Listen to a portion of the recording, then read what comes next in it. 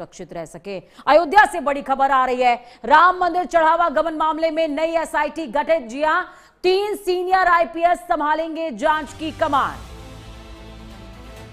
IG किरण S को SIT की कमान सौंपी गई है। सुप्रीम कोर्ट के आदेश पर यूपी सरकार का बड़ा फैसला सामने आया है। डीआईजी सोमेन वर्मा, एसएसपी गौरव ग्रोवर सदस्य हैं। 27 जुलाई को सुप्रीम कोर्ट में स्टेटस रिपोर्ट पेश होने वाली है। सुप्रीम कोर्ट ने नई एसआईटी गठन के आदेश दिए थे। करोड़ों राम भक्तों की आस्था, मंदिर का पवित्र प्रांगण और उस चढ़ावे पर ही हेराफेरी का संगीन आरोप। अयोध्या के राम मंदिर में चढ़ावे की चोरी का यह मामला अब एक ऐसे मोड़ पर आकर खड़ा हो गया है जहां से कानून का चाबुक बहुत तेजी से चलने वाला है। क्यों? क्योंकि मामला सुप्रीम कोर्ट पहुंचा तो देश की सबसे बड़ी अदालत ने साफ शब्दों में कह दिया कि आपराधिक जांच का काम अनुभवी पुलिस अफसरों का है। और ठीक इसी आदेश के बाद यूपी सरकार ने बड़ा कदम उठाते हुए पुरानी एसआईटी को भंग कर दिया। अब इस केस की तह तक जाने के लिए 3 जाबाज आईपीएस अफसरों की नई टीम मैदान में उतारी गई है।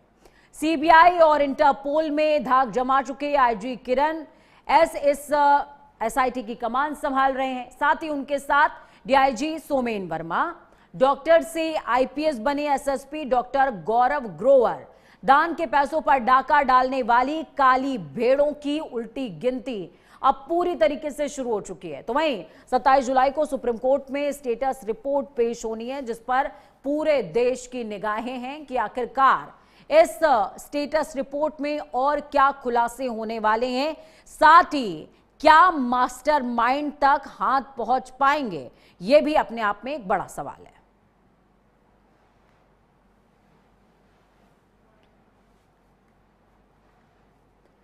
तो आईजी किरण एस सुप्रीम कोर्ट के आदेश पर कमान संभालते नजर आएंगे। 27 जुलाई को कोर्ट में स्टेटस रिपोर्ट सबमिट करनी है। उससे पहले ये जो कमान है एसआईटी की, वो नए हाथों में जा चुकी है और इसी के साथ ये माना जा रहा है कि अब और भी खुलासे होने वाले हैं।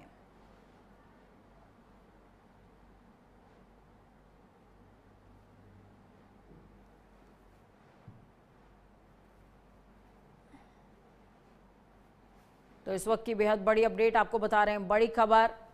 आपको याद होगा किस तरीके से राम मंदिर चढ़ावा चोरी मामले में हर दिन लगभग नए खुलासे हो रहे थे, जिसके बाद ट्रस्ट की कई बैठकें हुई और इन बैठकों में सीईओ चयन करने के मामले पर भी विचार चल रहा है। उसके लिए बाकायदे एक आहर्ता निकाली गई है, यानी कि वांट निकाली गई है हायरिंग के लिए, जिसके लिए 3 लोगों को शॉर्टलिस्ट किया गया है। और दूसरी तरफ एसआईटी का गठन, एसआईटी में 3 आईपीएस अधिकारी, जिसमें अब एक नए एंगल से पूरे मामले की जांच होने वाली है। ग्राउंड जीरो का रुख कर लेते हैं।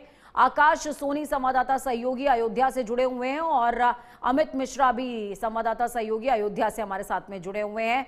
आकाश, मैं सबसे पहले आपके पास आऊंगी। जिस तरीके के हालात हमें बीते दिनों अयोध्या में देखने को मिले, हालांकि दिल्ली की खबरों के बीच अयोध्या का मामला थोड़ा सा दबता हुआ जरूर नजर आया, लेकिन जिस तरीके के चेंजेस थे, चाहे वो ट्रस्ट की बात करें या फिर सीईओ पद को लेकर शॉर्टलिस्टिंग की बात करें, वो तमाम चीजें अपनी गति से चल रही थी। लेकिन अब मेन फोकस सबका एसआईटी के रिकंस्ट्रक्ट हुए, कह सकते हैं कि फॉर्मेशन पर है, जो अब नए हाथों में जा रहा है, जिसमें आईपीएस अधिकारी हैं सुप्रीम कोर्ट के आदेश के बाद।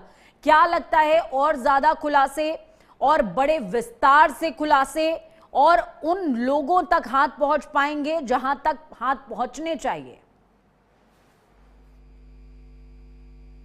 हाँ, बिल्कुल बता दूं पूजा कि जिस तरीके से 20 जुलाई को सुप्रीम कोर्ट ने एक आदेश दिया कि जो है स्टेटस रिपोर्ट और उसके अलावा जो है नई एसआईटी का गठन करके जो है सरकार उन नामों को सौंपे, तो सूत्र बताते हैं कि जो सरकार ने जो है नए नाम दिए हैं, उसमें से जो आईपीएस जो है आईजी लखनऊ है, किरण यश उनका नाम दिया गया है, और तेज तर्रार अयोध्या के एसएसपी है इस समय डॉक्टर गौरव ग्रोवर, उनका नाम दिया गया है, और अयोध्या के जो डीआईजी हैं सोमेन वर्मा, उनका नाम दिया गया है। लेकिन अब ये देखना होगा कि जब 27 तारीख को सुप्रीम कोर्ट में उत्तर प्रदेश सरकार अपना स्टेटस रिपोर्ट और इसके अलावा इन नामों की जो है लिस्ट सौंपेगी, तो वो नाम खुलकर भी सामने आ जाएंगे। लेकिन इंतजार करना होगा 27 तारीख का। और सूत्र बताते हैं कि ये जो 3 नाम है, जिसमें तेज तर्रार जो है आईपीएस है, जो है किरण यश, उनका नाम दिया गया है, और इसके अलावा जो अयोध्या के एसएसपी है डॉक्टर गौरव ग्रोवर, उनका नाम दिया गया है, और इसके अलावा जो सोमेन वर्मा डीआईजी अयोध्या रेंज है, उनका नाम दिया गया है। तो इस तरीके से ये खुलकर सामने आ रहा है, क्योंकि ये आपराधिक जो है ये पूरा चीजें थी, और इसको लेकर जो है सुप्रीम कोर्ट ने इस पर जो है एक आदेश दिया था कि 27 तारीख को उत्तर प्रदेश सरकार अपना स्टेटस रिपोर्ट दाखिल करे और नई एसआईटी गठित कर उन नामों को जो है यहाँ पर पेश करे। तो अब ये कवायद कल यानी 27 जुलाई को सुप्रीम कोर्ट में उत्तर प्रदेश सरकार दाखिल करेगी। बिल्कुल, अमित हमारे साथ में जुड़े हुए हैं। अमित, मैं आपसे समझना चाहूंगी, देखिए पहले पूरी विस्तृत जांच रिपोर्ट एक तरीके से एसआईटी ने बंद लिफाफे में सुप्रीम कोर्ट के पास सबमिट करा दी थी, लेकिन अब उसको एक नया एंगल, नई दिशा एसआईटी की ये टीम देने वाली है। हालांकि क्या लगता है आपको कि जब गठन हो चुका है टीम का, तो क्या स्टडी के लिए केस को इतना समय पर्याप्त है, या फिर आपको लगता है कि एसआईटी कल सुप्रीम कोर्ट में थोड़ा सा और वक्त मांगेगी ताकि इस पूरे मामले की विस्तृत जांच भी हो सके, और इसमें अगर और भी खुलासे करने के लिए समय चाहिए तो वो समय मांग सकती है एसआईटी? जी बिल्कुल, देखिए 20 तारीख को, जब 20 जुलाई को वो सुप्रीम कोर्ट ने कहा कि जो एसआईटी गठित, देखिए तो एक आपराधिक मामला है, ऐसे नहीं आपराधिक मामला है तो सीनियर पुलिस अधिकारियों को इसमें शामिल किया जाना चाहिए, जिससे कि जो सीनियर पुलिसकर्मी अगर शामिल होंगे तो आपराधिक मामले में किसी उनको कार्य करने का अनुभव होता है, और पुलिस आपराधिक मामले को लेकर ही काम करती है। ऐसे में अगर सीनियर अफसर होंगे तो इसमें जो एसआईटी जांच है वो और बेहतर हो पाएगी, और जो लोग शामिल है वो पकड़े जा सकते हैं। इसलिए देखिए, जब सुप्रीम कोर्ट ने इस बात को कहा तो उसके बाद उत्तर प्रदेश की योगी सरकार एक्शन नजर आई है, क्योंकि इससे पहले 13 जुलाई को ही योगी सरकार ने एसआईटी गठित किया था, जिसमें सीनियर जो अगर बात करें तो कमिश्नर अधिकारी थे, आईएएस अधिकारी थे, इसको रखा गया था, और उसके दोनों को और रखा गया था, यानी 3 टीमें तभी चल रही थी। लेकिन क्योंकि देखिए ये आपराधिक मामला है, आपराधिक मामले के साथ मुकदमा दर्ज किया गया है, पुलिस की विवेचना इसमें चल रही है, इसलिए सुप्रीम कोर्ट ने पहले जो रिपोर्ट मांगी थी उस रिपोर्ट के आधार से कहा गया था कि सुप्रीम कोर्ट रिपोर्ट देखेगी, उसी के आधार पर अपना सजेशन दे सकती है। तो सुप्रीम कोर्ट ने सजेशन 20 जुलाई को दिया था कि जल्द से जल्द आप नई एसआईटी गठित करिए, जिससे सीनियर आईपीएसओं को शामिल किया जाए।